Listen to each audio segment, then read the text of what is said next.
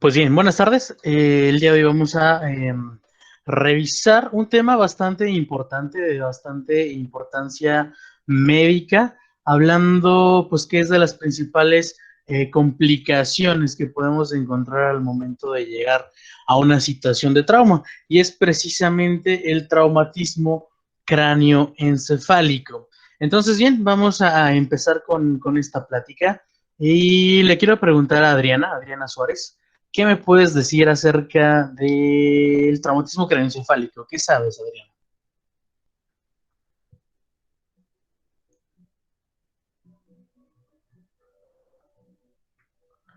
Adrián, ¿estás ahí? Bueno, creo que huyó de la plática.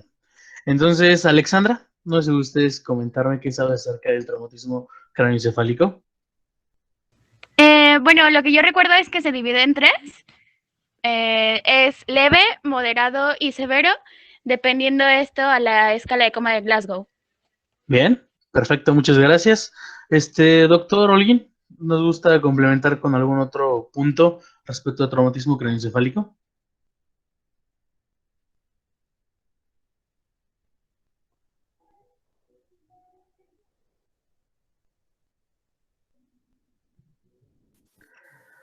Bueno, creo que el doctor Holguín tiene problemas ahí con el audio.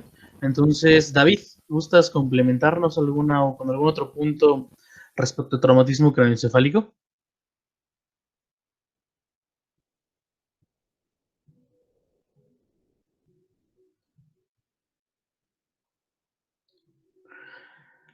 Estrella, ¿gustas complementarnos con algo más de traumatismo craneoencefálico? Adelante, David, adelante.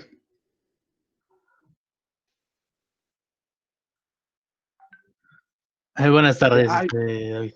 ¿ya se escucha? Hola, buenas tardes. Es que ya me estaba yo descosiendo, pero no había yo visto que estaba silenciado. Este, como dice Alexandra, se clasificaba en tres, si no mal recuerdo, como ya lo había dicho por escala de coma, y creo que la mayor como complicación es que podía causar como Perfecto, muchísimas hematomas gracias, que David. eran los que podían Estrella, comprometer la vida no del sé si gustes paciente. igual complementarnos con alguna o con algún otro punto.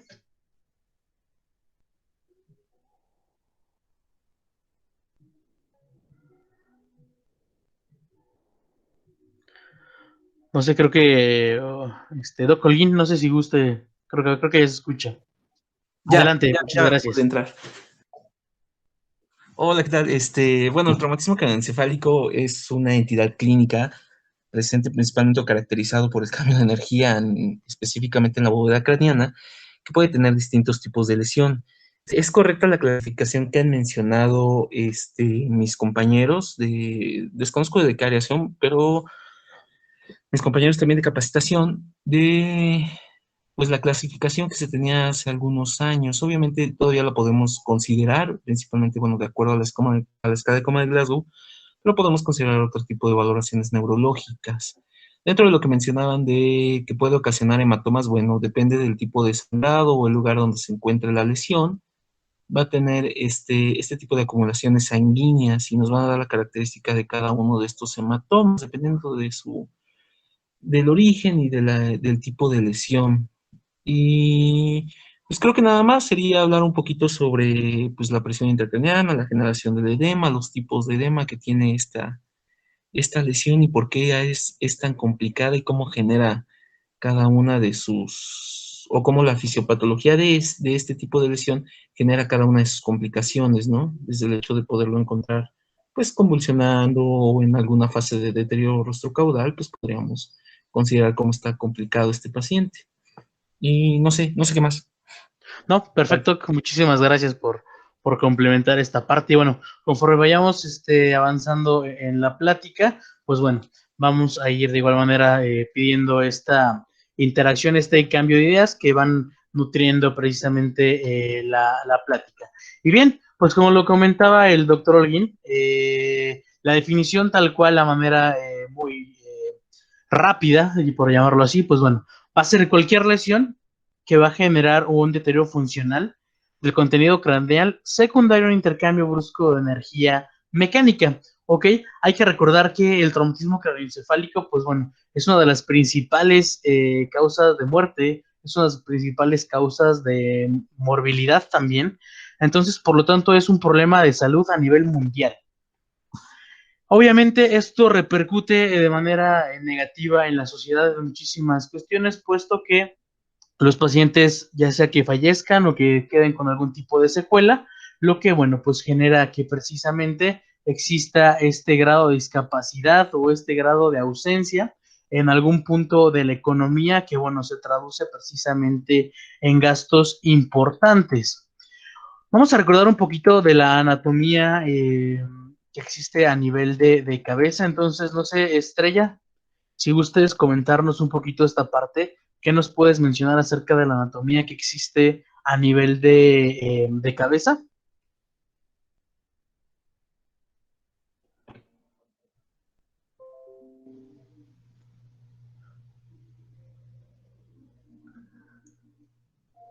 Ok, Eva Susana, ¿no sé si gustas comentarnos un poquito de esta cuestión de anatomía que existe a nivel de cabeza?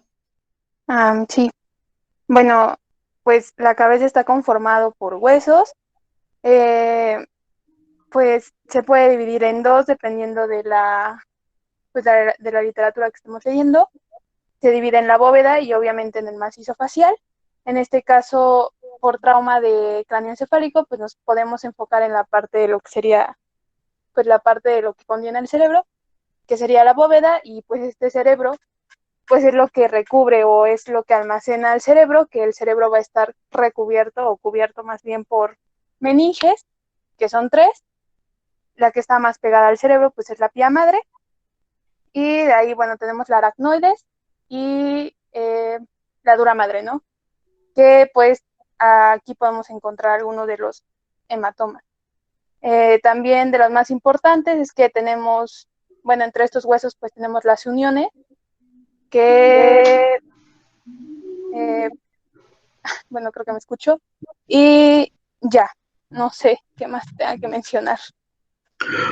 Ok, muchísimas gracias, Susi. Pues sí, efectivamente, como lo mencionaba Susi, pues bueno, hay que identificar estas dos estructuras que tenemos, el macizo facial y la bóveda, en donde, bueno, pues sabemos que la bóveda está conformada por el hueso frontal, dos parietales, dos temporales, es frontal, dos parietales, dos temporales y uno occipital en la parte posterior. También es importante recordar estas membranas que van a recubrir al sistema nervioso central y que, bueno, también van a servir como parte de un sistema de protección, en donde, dependiendo, como ya lo comentaba Susi, donde exista alguna lesión, podemos tener hematomas epidurales o hematomas también subdurales. También podemos tener hematomas subaracnoideos y esto lo repito, va a depender pues prácticamente de la lesión o de la arteria, de la vena que se lesione precisamente al momento de tener este impacto. Y bien, en la base pues vamos a tener lo que es parte del hueso frontal, tenemos el etmoides, el esfenoides, parte de los huesos también temporales, y bueno, pues la base o la parte inferior del hueso occipital. Bien, hablando, bueno, ya hemos comentado un poquito de esta parte, no sé quién guste complementar un poquito acerca de cómo es la producción de líquido cefalorraquídeo o cómo va esta parte del líquido cefalorraquídeo que también va a tener ahí un papel importante en esta cuestión. No sé si la doctora Rosa nos guste comentar un poquito de esta situación.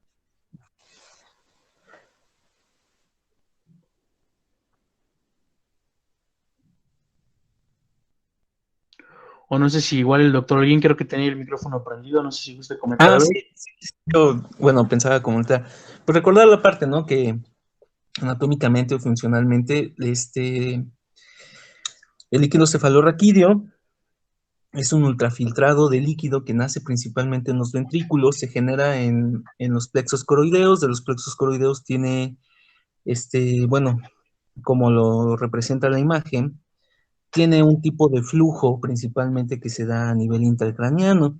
Dentro de sus funciones aparece la función de transporte de nutrientes y eso lo podemos ver en la literatura. Muchos de ellos pues, son nutrientes que tienen un bajo peso molecular. De hecho, es muy importante esta parte porque este tipo de nutrientes son los que ayudan principalmente al cerebro o a las funciones del cerebro.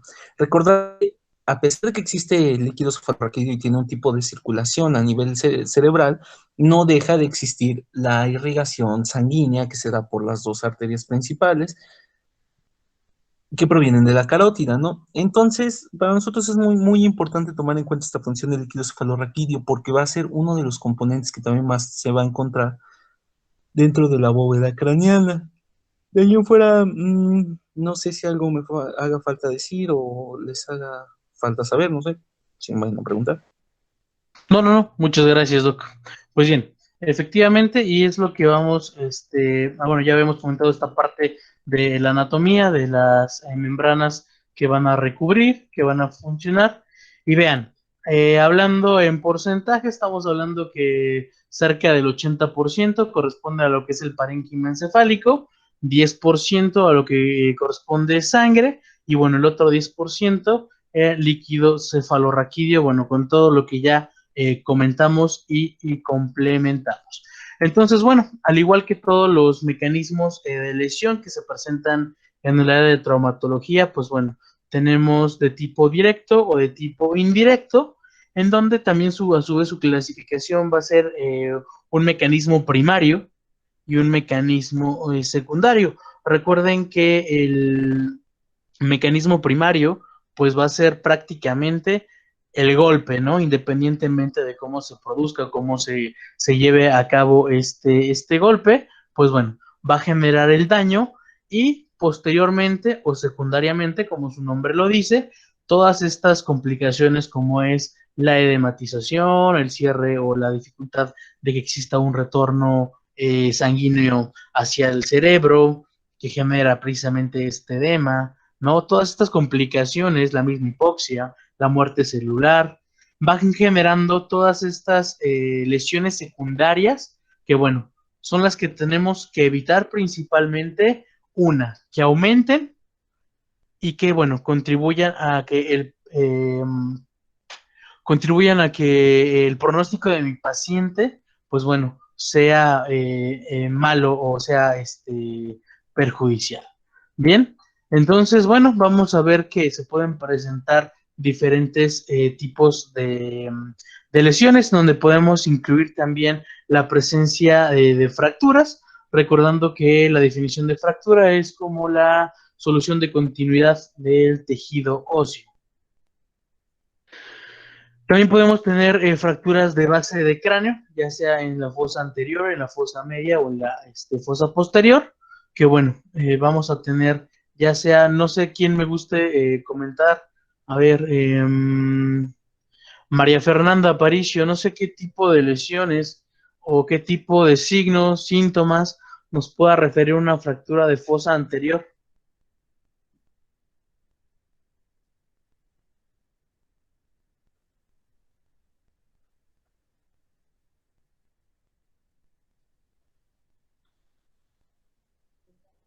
Estrella.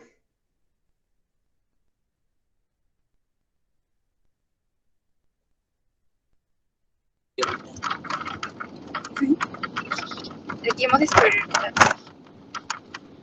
Ok, puedo tener datos de, obviamente ya en una función tardía, datos de equimosis prioritaria. ¿Alguien gusta complementar algún otro signo o síntoma que pueda presentar mi paciente a nivel de, por ejemplo, fosa anterior o alguna otra fosa que quieran comentar?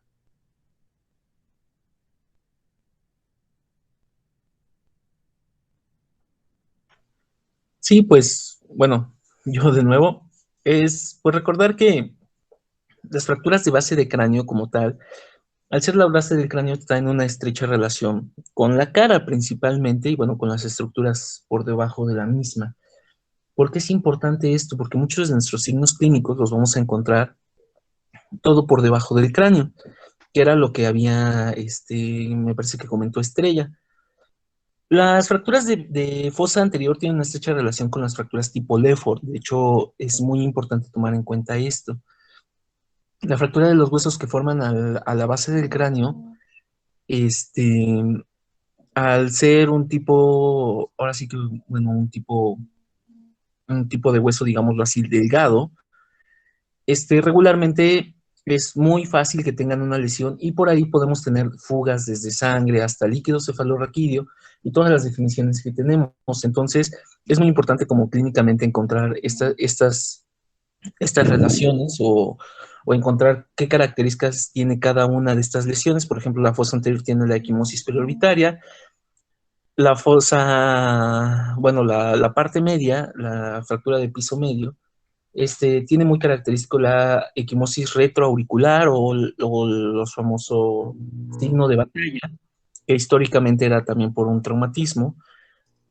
Y si nosotros nos percatamos en la imagen, hay distintos orificios y hay que tener presente cuando esos orificios tienen su utilidad, pero también pueden ser una pequeña salida por la cual el líquido cefalorraquídeo, al perder la continuidad específicamente con las meninges, y eso en la región posterior, y en la región media, pues simple y sencillamente, al haber una fractura y una ruptura anatómica, obviamente podemos tener salida de líquido y de sangre.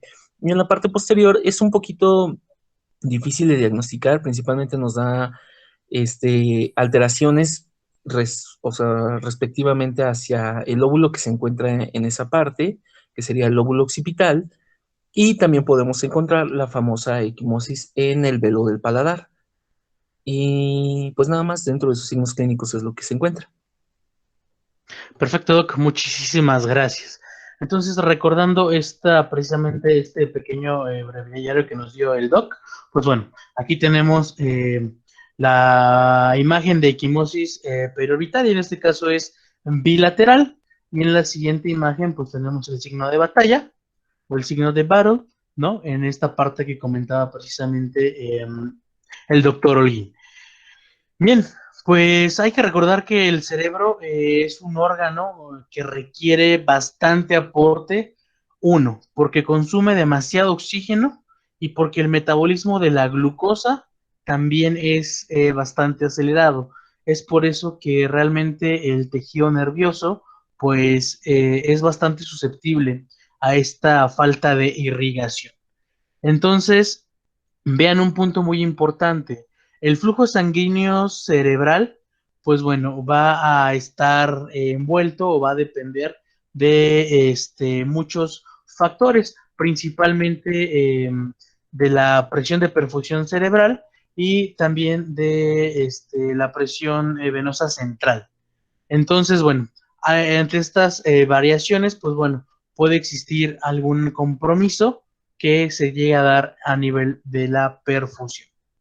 Entonces, la presión de perfusión cerebral va a estar dada por la tensión arterial media menos la presión intracraneal. Hay que recordar que, bueno, nosotros en el medio prehospitalario no podemos tomar la PIC, por lo tanto, bueno, si podemos sacar la TAM, podemos darnos una idea de cómo estaría aproximadamente, sobre todo por las cuestiones o datos clínicos que presente mi paciente. Recordar que la tensión arterial media, pues bueno, es 2 veces la sistólica más la diastólica entre 3.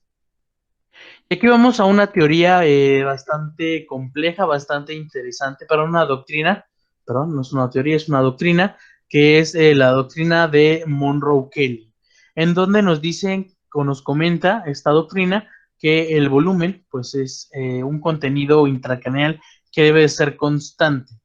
Si hay una adición de alguna masa, por ya sea por algún hematoma, por algún tumor, porque no se pueda drenar correctamente el líquido cefalorraquídeo, porque tampoco se puede drenar correctamente la sangre, cualquier cuestión, pues bueno, vamos a empezar a tener un efecto de masa que va a empezar a compensar precisamente esto. Entonces, en la parte superior nosotros podemos ver cómo tenemos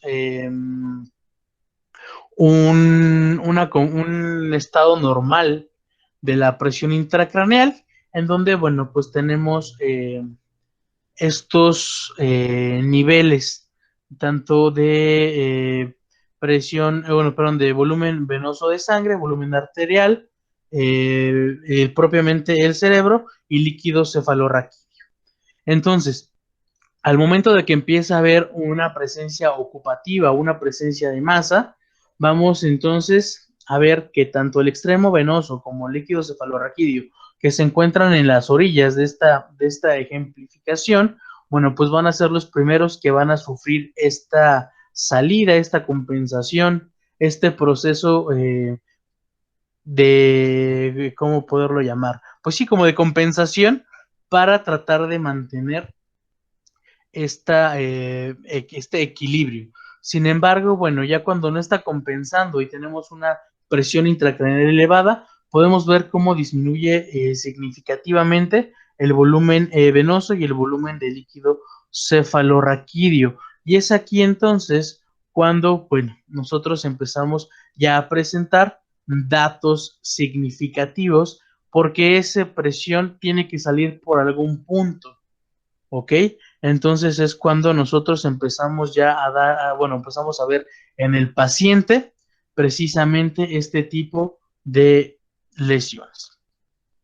Bien, era lo que les comentaba acerca un poquito de la doctrina de Monroe Kelly, en donde, bueno, a manera gráfica, pues bueno, hay una lesión craneal que me va a generar un edema tisular, me genera un aumento de la PIC, tengo una compresión arterial, una disminución del flujo sanguíneo cerebral, una disminución del oxígeno, por lo tanto voy a tener muerte celular, lo que me va a generar aún mayor edema alrededor del tejido necrótico. Este edema me va a aumentar aún más la PIC con la compresión de la médula espinal y el centro respiratorio principalmente.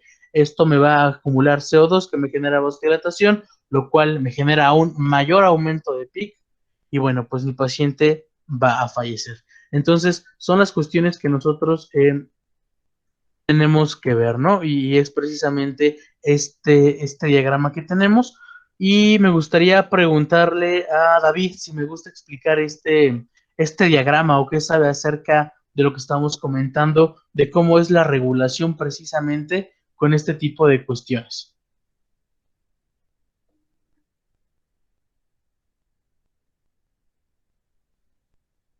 Sí.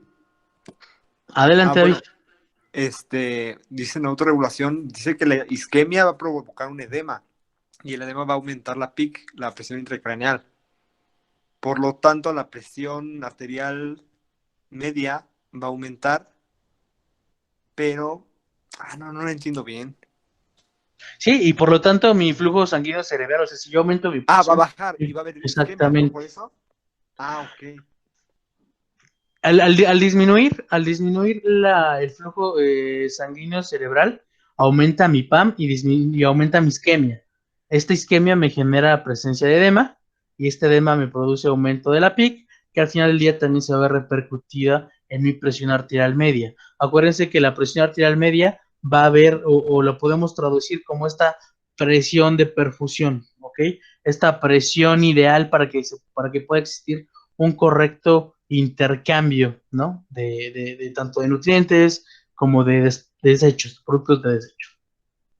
Bien, y por lo tanto, bueno, pues tenemos entonces el síndrome de herniación, que con la ya conocida triada de Cushing, que es la hipertensión, la bradicardia y el patrón ventilatorio alterado.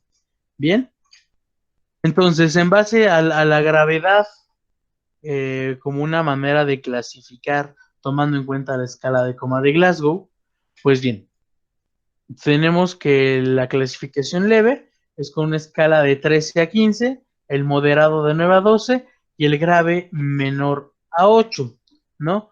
¿Qué datos voy a tener al presentar un traumatismo craneoencefálico leve? Pues bueno, la corteza y el tallo se empiezan a comprometer, empiezo ya a tener un poquito de sensibilidad a este daño, la tensión arterial va a aumentar como respuesta fisiológica al trauma, puede existir una pequeña disminución de la frecuencia cardíaca, mis pupilas van a estar mióticas y reactivas, y bueno, mi patrón, bueno, aquí está mal, perdón, el patrón ventilatorio, pues bueno, incluso puede estar normal. En esta parte tenemos ejemplificado la respiración de Cheyne-Stokes, que bueno, es como un patrón característico precisamente del traumatismo craneoencefálico. En el moderado, pues bueno, ya la presión de pulso va a estar amplia, la tensión arterial va a ir en aumento, o ya empiezo a presentar bradicardias, ya empiezo a presentar también una reflexia o una hiporreflexia a nivel pupilar, y pues bueno, puede existir o empezar a tener datos de descerebración ante el estímulo doloroso mi paciente. También, bueno, puedo tener respiraciones centrales neurogénicas. Y ya por último, el severo, pues bueno, también tengo la compresión del tallo cerebral, mis pupilas van a estar midriáticas, incluso pueden estar anisocóricas, mi TEA va a estar fluctuando, puedo también tener un pulso paradójico, ya sea rápido o irregular, y bueno, ya no voy a tener respuesta al dolor. Y en esta cuestión se va a presentar la respiración atáxica. Entonces voy a tener también criterios de alto riesgo en donde, bueno, mi paciente si presenta una edad mayor a 65 años, tengo antecedentes de coagulopatías, tengo un descenso muy rápido de la escala de coma de Glasgow posterior a 2 horas de la lesión, si tengo sospecha de fractura y bueno, si tengo presencia de vómitos en proyectil al menos en 2 episodios. En lo que respecta al manejo, pues bueno, hay que identificar las condiciones que ponen en peligro la vida del paciente, hay que prevenir, les repetía, la parte de las lesiones secundarias que son las que producen la mortalidad y las secuelas. Entonces, hay que hacer un énfasis en proveer una oxigenación adecuada. Recuerden que las metas que nos maneja PHTLS y los demás manuales de trauma es una saturación por lo menos del 94% de saturación. Tengo que también determinar si mi paciente requiere una movilización óptima en base al mecanismo de lesión. La extracción la tengo que realizar con el menor daño y acuérdense mantener una TA suficiente para la perfusión, que dentro de las metas que tenemos en PHTLS nos maneja una TA sistólica de 100 milímetros de mercurio. Bien. Es un punto muy importante precisamente en paciente comatoso o en paciente que tenga algún descenso importante de la escala de coma de Glasgow. Bueno, pensar en una intubación endotraqueal, precisamente como medida protectora de la vía aérea, lo que les comentaba de la oximetría de pulso, mantenerla en 94%, y bueno, reanimación en caso de alteración de patrón ventilatorio, esto únicamente recordando que se debe de hacer con pacientes que se encuentren intubados, precisamente para evitar un vaciamiento gástrico que me pueda generar una distensión gástrica que me pueda generar un vaciamiento gástrico y me pueda complicar al paciente, además de que no voy a estar asegurando y no puedo tener o medir adecuadamente mis niveles de CO2. ¿Bien? No atribuir hipotensión al daño encefálico, a excepción de un estadio terminal. Y vean, un punto importante, la hemorragia intracraneal no me va a causar un shock hemorrágico. ¿Ok? Si existe una hipotensión, bueno, hay que ver por qué se está generando esta hipotensión y bueno, recordar que también el hecho de meter muchos líquidos, pues bueno, también puede ser contraproducente para precisamente realizar el manejo. Bien, entonces no sé si tengan alguna duda, algún comentario, alguna parte que quieran comentar o complementar.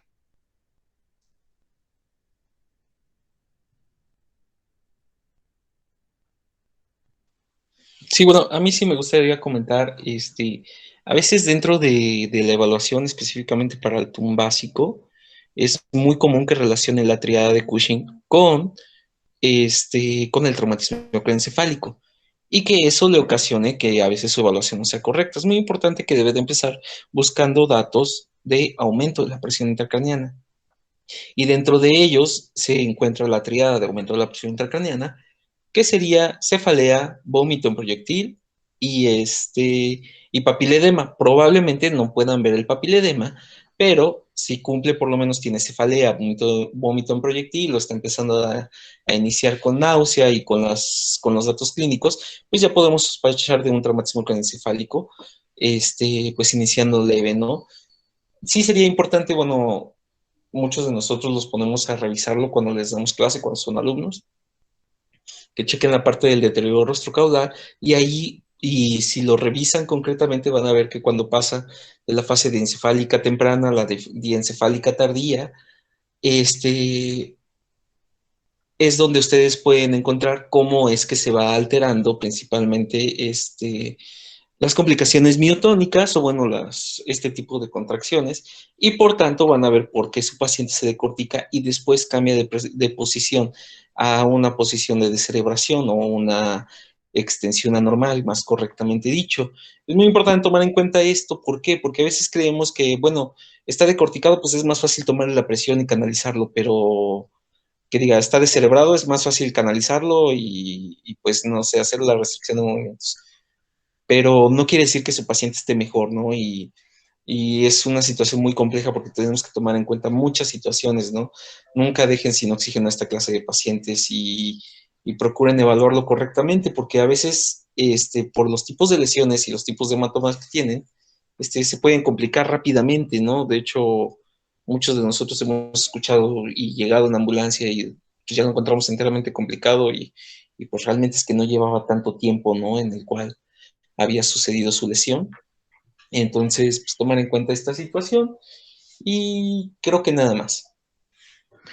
Perfecto, Doc, muchas gracias. No sé si alguien más o tenga alguna duda. Recordar que es un tema bastante complejo, que a nivel básico, como lo decía el doctor Holguín, es muy importante, bueno, pues tener en cuenta este tipo de cuestiones, sobre todo para diagnosticar y sobre todo realizar un tratamiento adecuado en esta situación.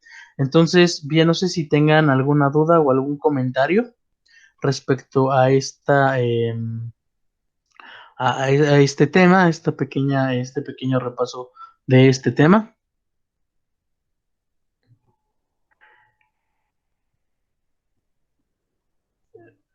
Bien, pues si no habría ningún otro tema, no sé si Lalo quiera concluir con